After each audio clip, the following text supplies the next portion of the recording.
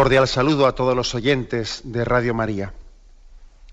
Un día más, con la gracia del Señor, proseguimos el comentario del Catecismo de nuestra Madre la Iglesia.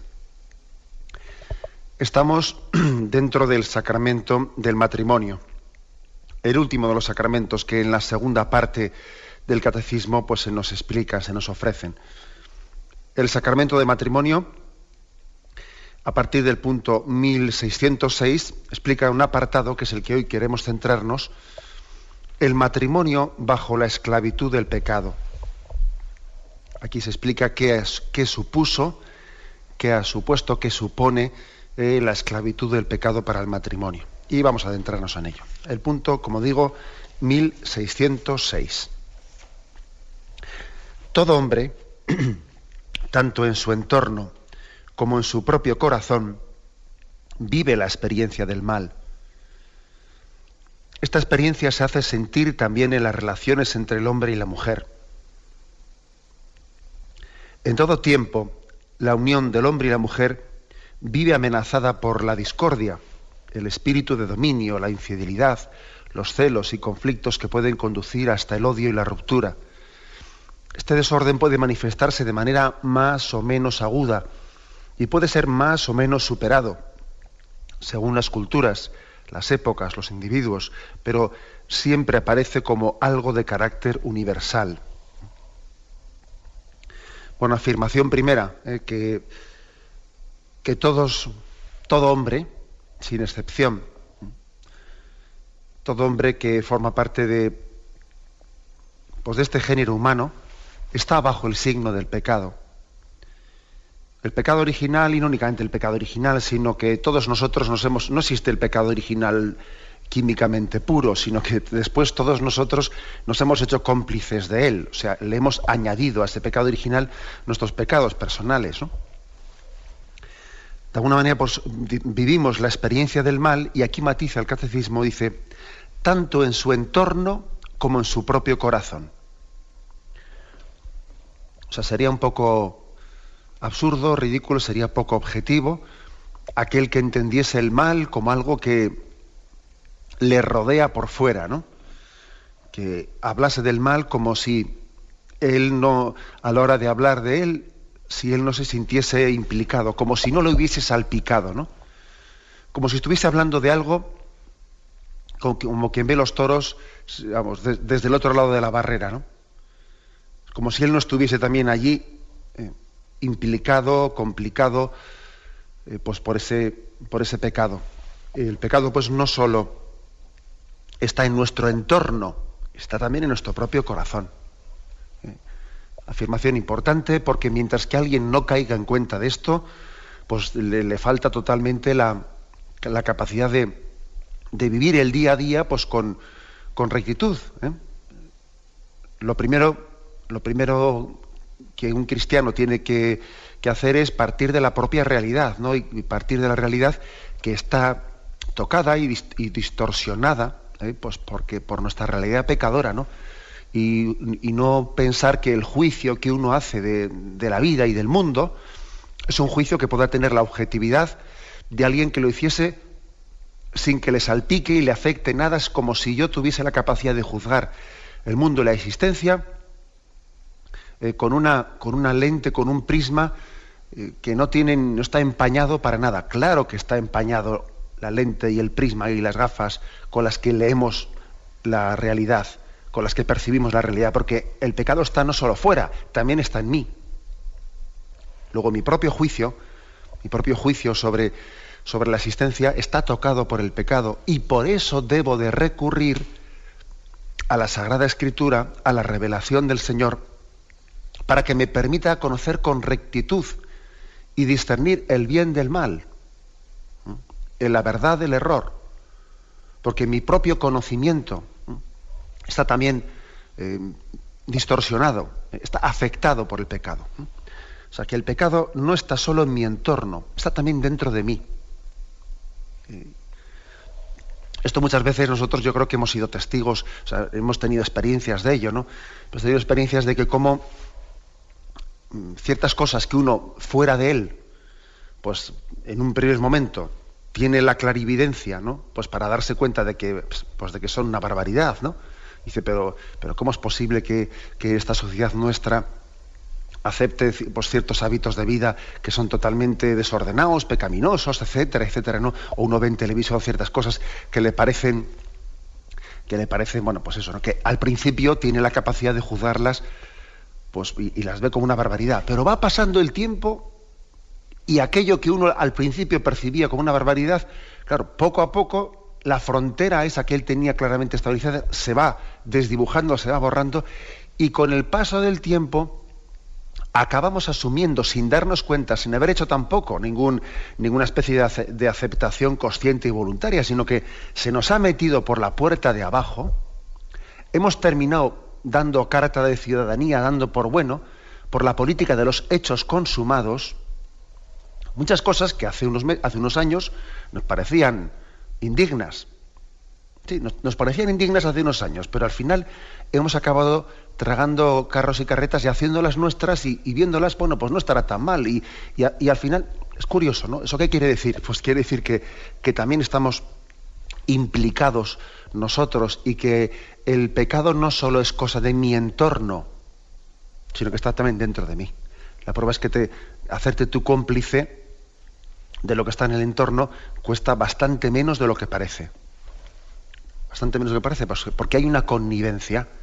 Hay una connivencia entre ese mal que está afuera, que aunque en un primer momento, pues igual, sobre todo cuando ese mal se manifiesta pues de una manera así muy cruda, ¿no? A uno le parece una barbaridad y se echa las manos a la cabeza, sí, espérate, ya te digo yo dentro de poco tiempo, y si no te pones bajo el signo de la gracia y no dejas que el Señor te preserve y te purifique, vas a ver cómo en poco tiempo eso primero que tú al principio te has escandalizado con ello y te has echado las manos a la cabeza, al final, pues por connivencia, por complicidad, y como el pecado también está dentro de ti, pues posiblemente lo acabarás asumiendo.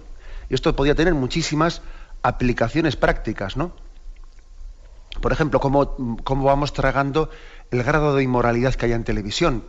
Pues igual hace 10 años uno veía ciertos programas y le parecía pues una indignidad y cogía y apagaba la televisión rápidamente, ¿no? Claro, pasan 10 años y a base de una especie de complicidad, poco a poco, o no tan poco a poco, pero bueno, ¿no? Uno se acaba haciendo connivente y cómplice de muchas cosas y acaba viéndolas por normales y las acaba asumiendo, y lo que en un principio le encendía una voz de alarma, al final acaba siendo el pan nuestro de cada día, lo acabas asumiendo y viéndolo como normal. Y lo que al principio te ruborizaba, pues porque entendías que era indigno, pues luego después ocurre lo que ocurre, ¿no? Que acabas haciendo lo tuyo. O sea, el pecado no está solo en tu entorno, está dentro de ti. Sería imposible que nosotros tragásemos carros y carretas, ¿no? Si no fuese porque también dentro de nosotros tenemos un principio de complicidad. Que es un error pensar siempre como que el mal está fuera de mí. Ojo, anida también en tu corazón y tienes que estar atento a él. Es un poco aquello de lo del caballo de Troya, que el enemigo se introdujo escondido dentro de ese caballo, más allá, dentro de las murallas, ¿no? Pues claro que el principio del mal está dentro de nosotros, también anida en nuestro corazón. Por eso es que necesitamos tanto de ponernos bajo el influjo de la gracia de Cristo. Cuando se dice que el mal anida en nuestro corazón, pues es un recordatorio de muchos pasajes de la Sagrada Escritura en los cuales habla de que el reino de Dios sufre violencia, de que de alguna manera seguir a Jesucristo supone decir no a nosotros mismos, el que no se niega a sí mismo, esas expresiones de negarse a sí mismo, etcétera, de las que nos habla Jesucristo. A sí mismo no dice negar a lo que en el entorno te están incitando a ello, no, Jesús dice negarse a sí mismo, lo cual quiere decir que el mal no solo anida fuera en tu entorno, anida en tu interior también. Negarse a sí mismo, fijaros bien. Esto es importante, porque si uno no identifica dónde está pues el enemigo, malamente después le va a hacer frente. Bien, pues en este entorno dice este punto 1606 que esta experiencia de que, bueno, pues de que el mal ahí está en nosotros, se hace sentir de una manera especial en las relaciones del hombre y la mujer. En las relaciones del hombre y la mujer, pues esto se trasluce. Sería imposible que el mal no se dejase incontaminada la relación del hombre y la mujer. La relación del hombre y la mujer está tocada, como todas las cosas, por esa contaminación del pecado. Fijaros que los católicos nunca hemos dicho que el pecado haya corrompido totalmente la naturaleza humana, como sí afirmó Lutero. No, nosotros no hemos afirmado eso, pero sí hemos dicho que aunque el pecado no haya corrompido totalmente la naturaleza humana, sí que la ha tocado, sí que la ha herido seriamente y gravemente. Bueno, también la relación del hombre y la mujer está seriamente herida. Aquí pone una lista de cosas que es muy interesante que desgranemos, ¿no? Dice, en todo tiempo, la unión del hombre y la mujer vive amenazada por discordia, espíritu de dominio, infidelidad, celos, conflictos que pueden conducir hasta el odio y la ruptura. Vamos a examinar uno por uno estos aspectos que dice. Discordia. Está amenazada por la discordia. La discordia, la falta de... El hombre y la mujer están llamados a vivir en comunión, a ser un solo corazón, y sin embargo, lo primero que surge tras el pecado original, pues es la discordia. ¿Te acordáis? ¿Os acordáis cómo está eso claramente reflejado en el Génesis? Génesis 3, versículos del 11 al 13. Yahvé replicó, ¿Quién te ha hecho ver que estabas desnudo? ¿Has comido acaso del árbol del que te prohibí comer? Dijo el hombre, la mujer que me diste por compañera me dio del árbol y comí. Lo primero que hacen, después de haber cometido el pecado, es echarse la culpa uno a otro. Le pregunta, ¿has comido acaso del árbol del que te prohibí comer?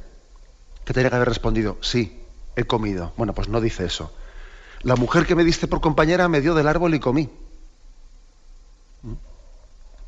Dijo pues Yahvé a la mujer, ¿por qué has hecho eso? Y ella contesta, la serpiente me sedujo y comí. Es decir, curiosamente, una de las primeras consecuencias del pecado es la discordia. Es discordia, que quiere decir una desunión de corazones, en la que parece que uno se consuela echándole las culpas al otro. Que suele ser así, ¿no? Como cuando algo sale mal y le dice el marido a la mujer, ¿no? ¿Qué ha hecho tu hijo? ¿Has visto a tu hijo lo que ha hecho? Parece como si no fuese suyo.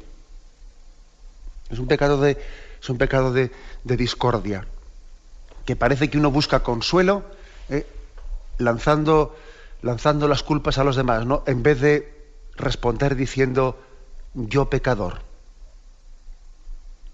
En vez de decir yo pecador, que es esa oración, ¿no?, que nos han enseñado desde pequeños a decir, no, yo pecador confieso, ¿no? Bueno, pues no, aquí no se pronuncia el yo pecador confieso, no señor, aquí lo que se dice es la mujer que me diste por compañera me dio del árbol. Y luego la otra dice, la serpiente me sedujo. Tú por lo visto no te dejaste seducir, vamos, ¿no? Es curioso, O sea, la primera consecuencia del pecado en el seno de la pareja, en el seno de la unión del hombre y la mujer, es la discordia, a echarse las culpas mutuamente, a echarse las culpas, a no pronunciar nunca yo confieso, a no decir nunca la culpa ha sido mía, a no decir nunca perdón, perdona. Es curioso eso.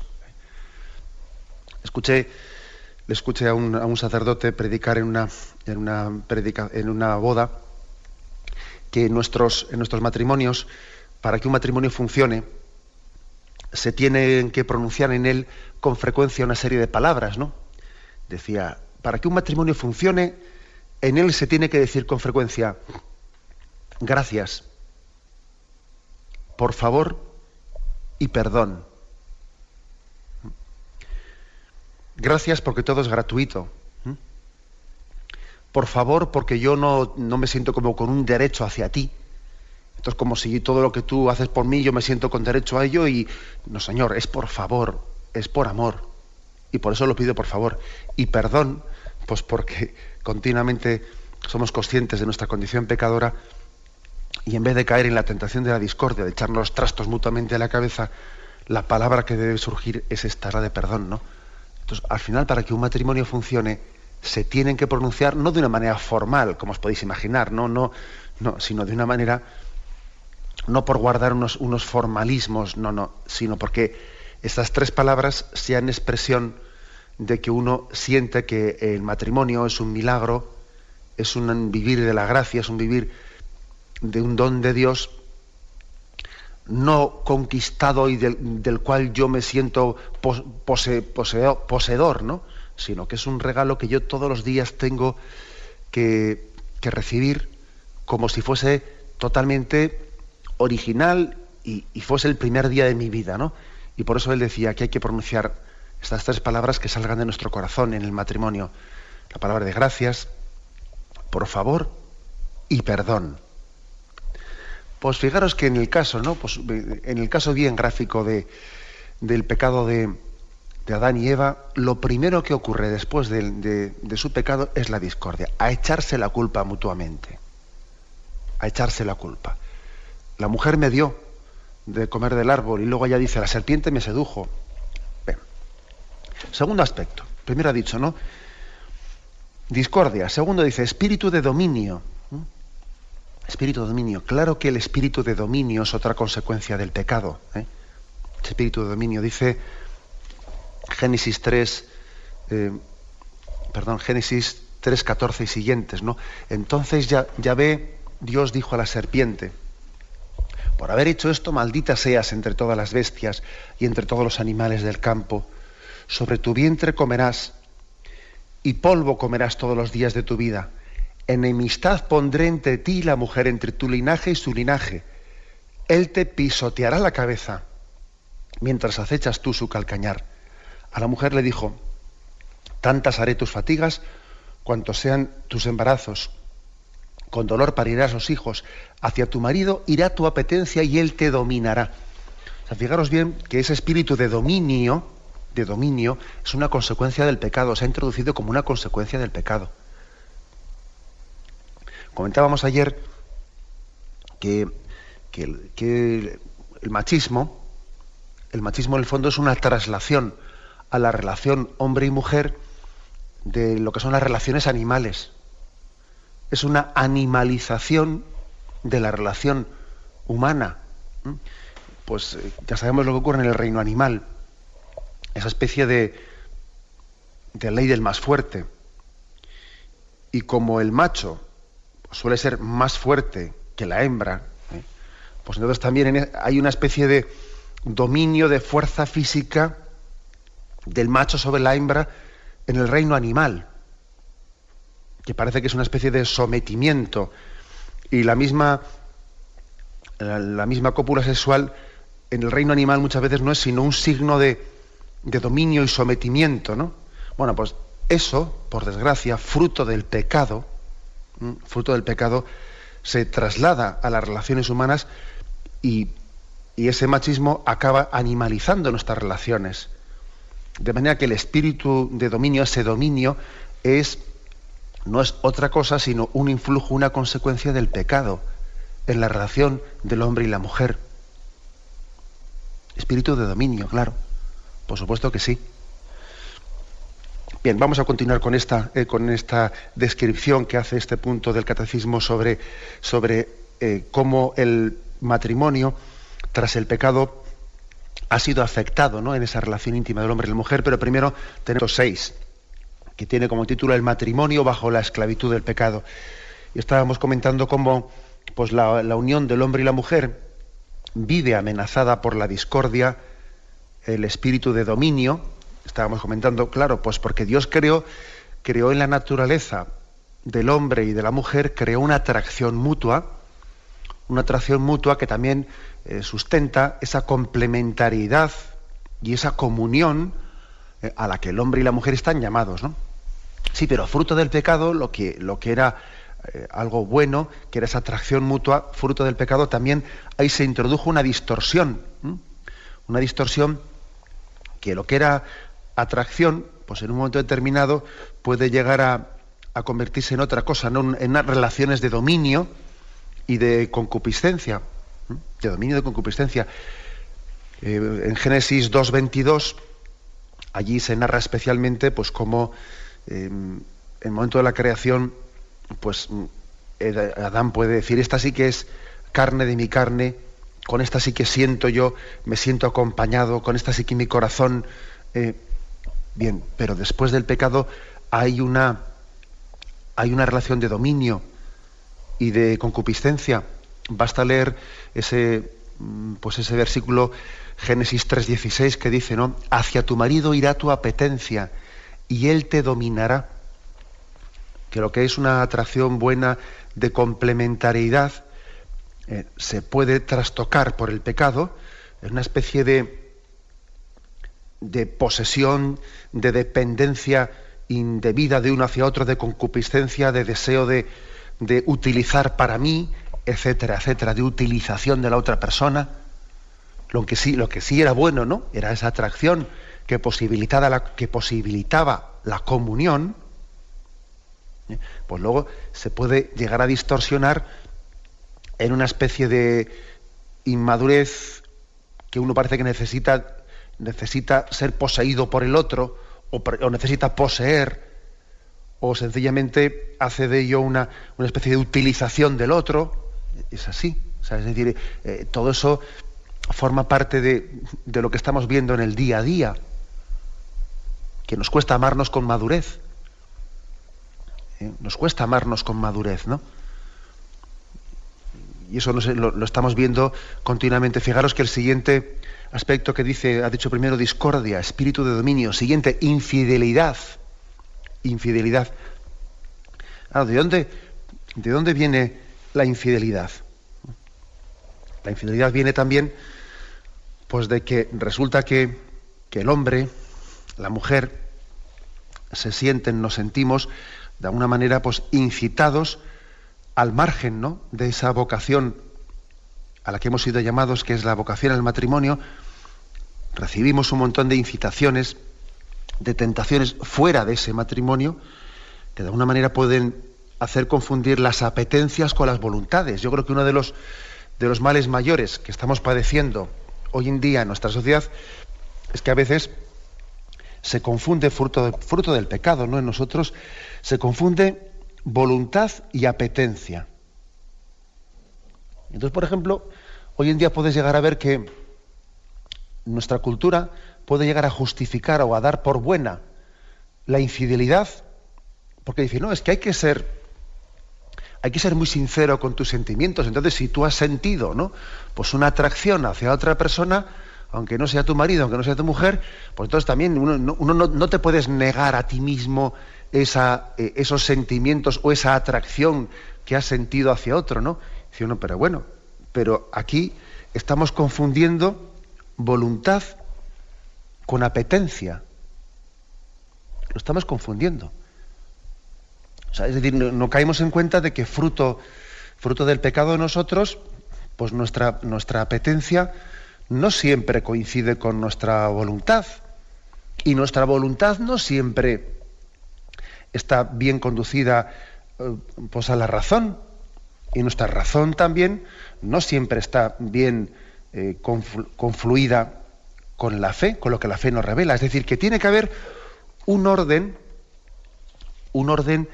que nos preserve de las distorsiones que el pecado introduce, ¿no? Y ese orden es, pues, las apetencias están sometidas a la voluntad, y ese orden es la voluntad está sometida a la razón, y ese orden es la razón está plenamente integrada en lo que la fe nos descubre y nos revela y nos da a conocer, la adhesión a la revelación. O sea, apetencia sometida a la voluntad sometida a la razón, y razón sometida a la revelación.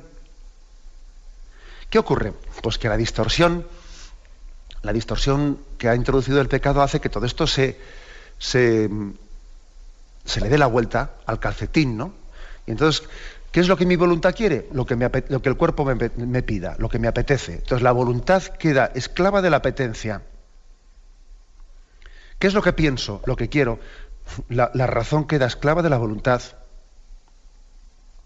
¿En qué creo? ¿En qué tengo fe? En lo que yo piense. Y al final mi fe me acabo creando una fe a mi medida, a medida de lo que mi razón, o como quiera llamarlo yo, pues me sugiera, ¿no? Es que es casi darle la vuelta al calcetín. Es que es casi, sin casi, vamos, ¿no? Es dejar que el pecado distorsione completamente ese orden interior que tiene que haber. Y claro, dentro de esta distorsión, pues vienen las infidelidades. Claro, pues porque resulta que aquí la apetencia, pues se acaba constituyendo en el principio más inmediato, ¿no? Por no decir el principio último, bajo el cual el hombre pues actúa en esta vida. Claro, pues entonces si resulta que siente, aunque esté casado con su mujer, si siente una atracción hacia otra, pues a la infidelidad tú. ¿Por qué? Pues porque ha sentido esa apetencia, claro, pues porque el pecado ha distorsionado ese orden interior.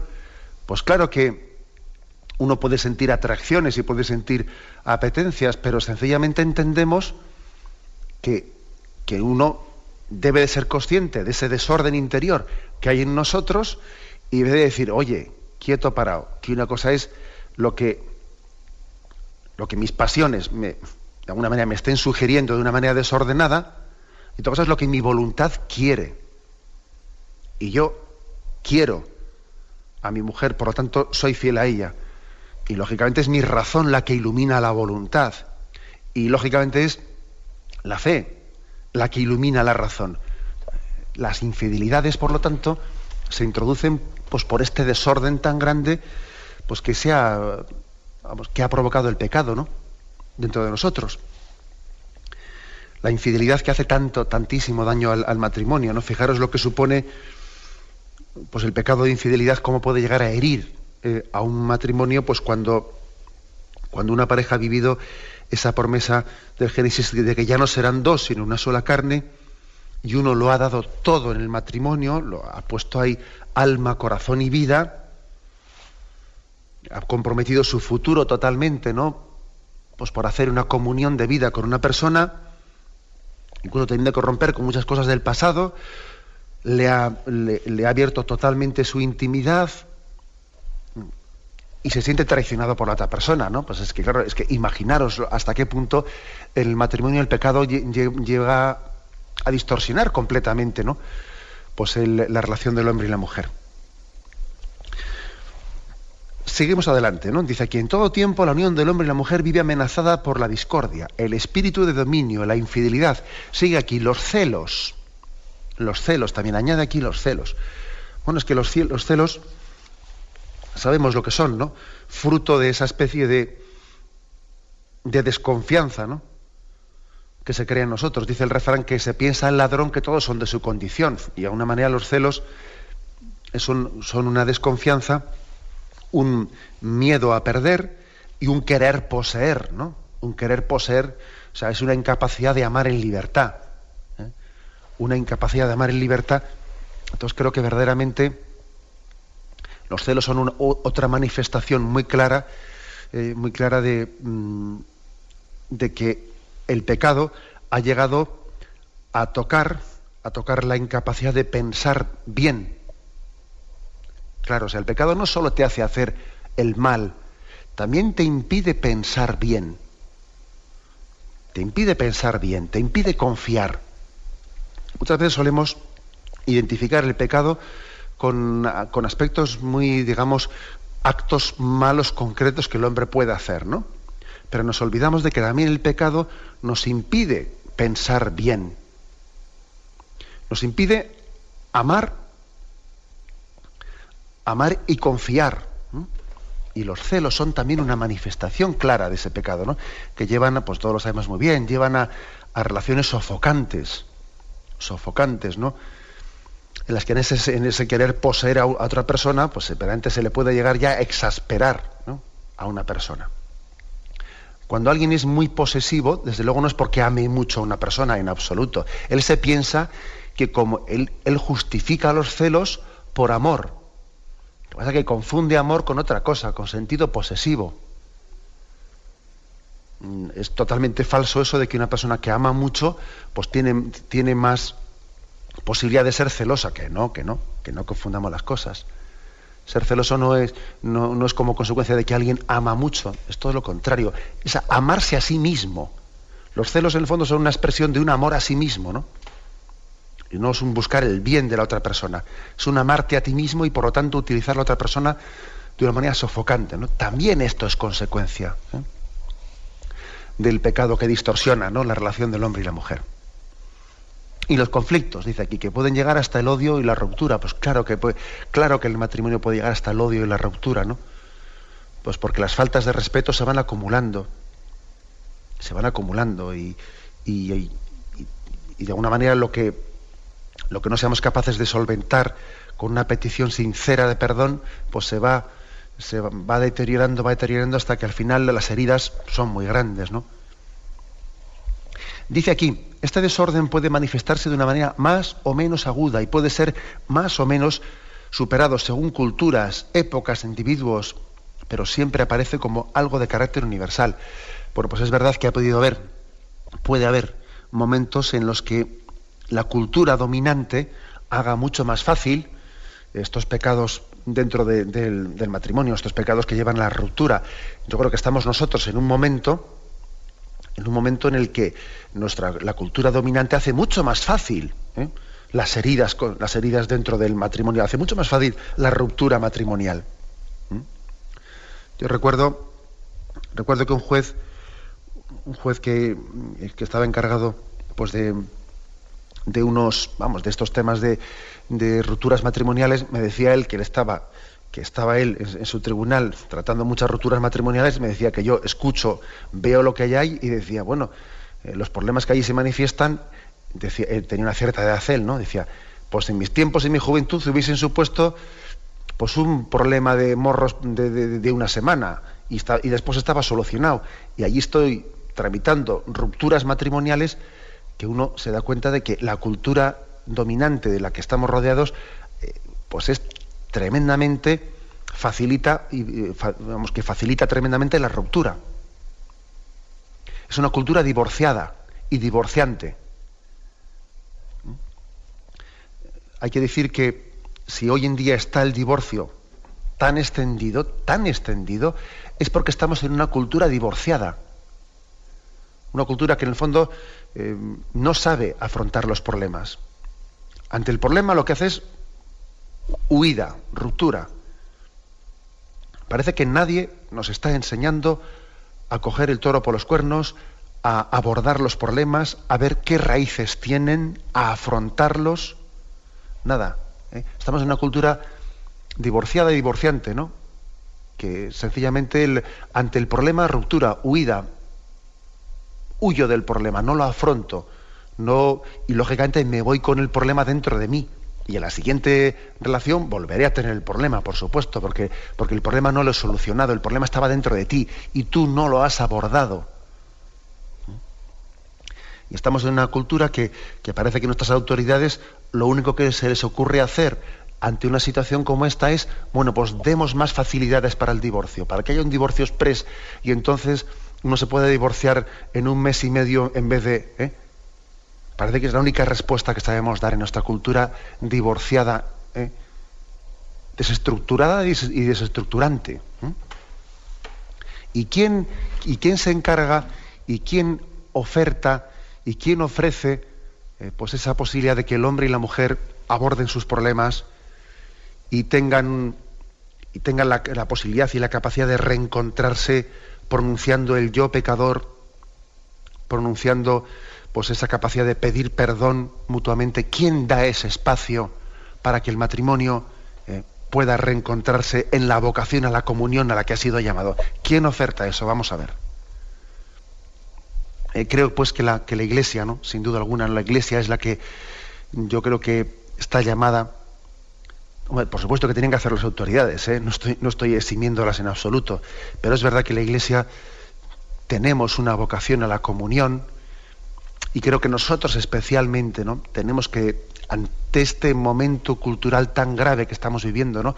Somos nosotros los que tenemos que ofrecer espacios de comunión y de encuentro en la pareja para que puedan reconocer sus problemas, ¿no? y hacerles frente. Tenemos un momento de reflexión y continuamos enseguida.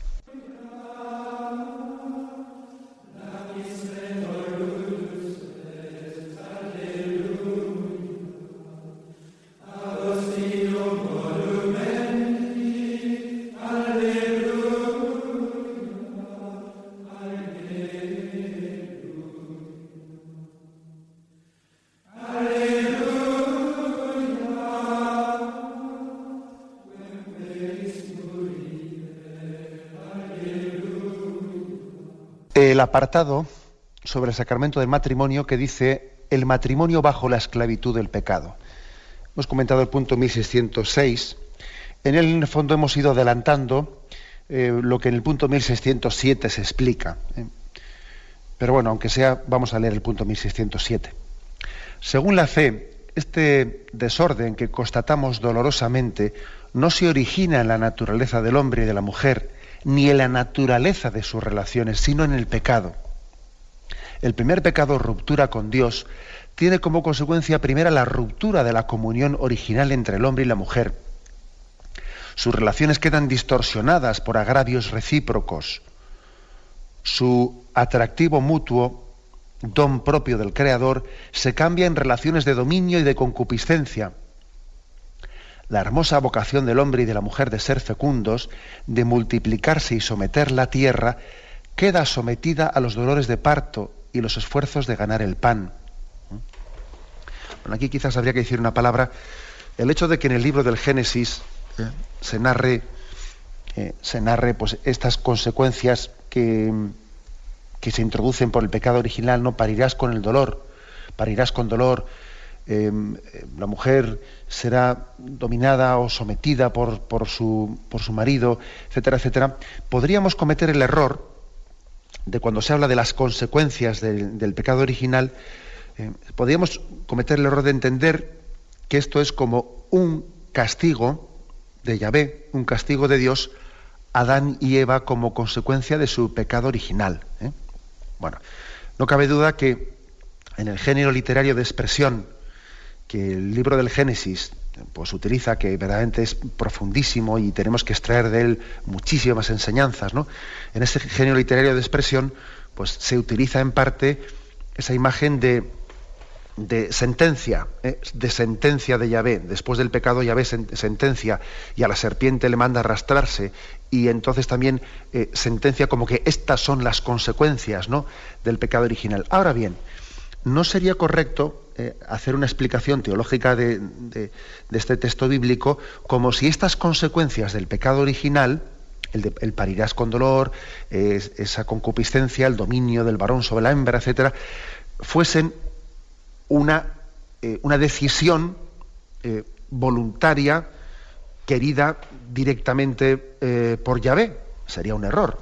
Lo que tenemos que entender es lo que nuestra fe católica nos explica, y es que antes del pecado original, en el paraíso terrenal, Adán y Eva estaban protegidos por lo que nosotros, la teología católica, llama los dones preternaturales, es decir, estaban preservados por Dios, pues de una forma, pues por un don gratuito divino.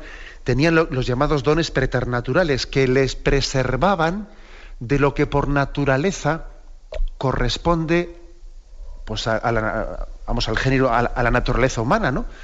Pues por ejemplo, la muerte en sí es algo natural, que está dentro de la naturaleza humana, el nacer, crecer y morir. Corresponde a la naturaleza humana tener un desgaste y no conlleva en sí misma pues esa inmortalidad, ¿no? Es decir, la naturaleza humana, carnal, es mortal en sí misma.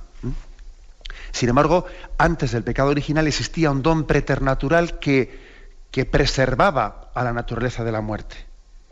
Y también él preservaba pues, de otros aspectos, como puede ser los dolores y sufrimientos de naturaleza, etcétera, etcétera. Entonces, después del pecado original, lo que se produce es que esos dones preternaturales de los cuales con los cuales el hombre y la mujer estaban preservados, dejan de estar rodeados. Es decir, como que el pecado original conlleva que el hombre y la mujer salgan de esa especie de campana de cristal, en la cual ese estado especial llamado del paraíso terrenal, en el que estaba el género humano antes del primer pecado.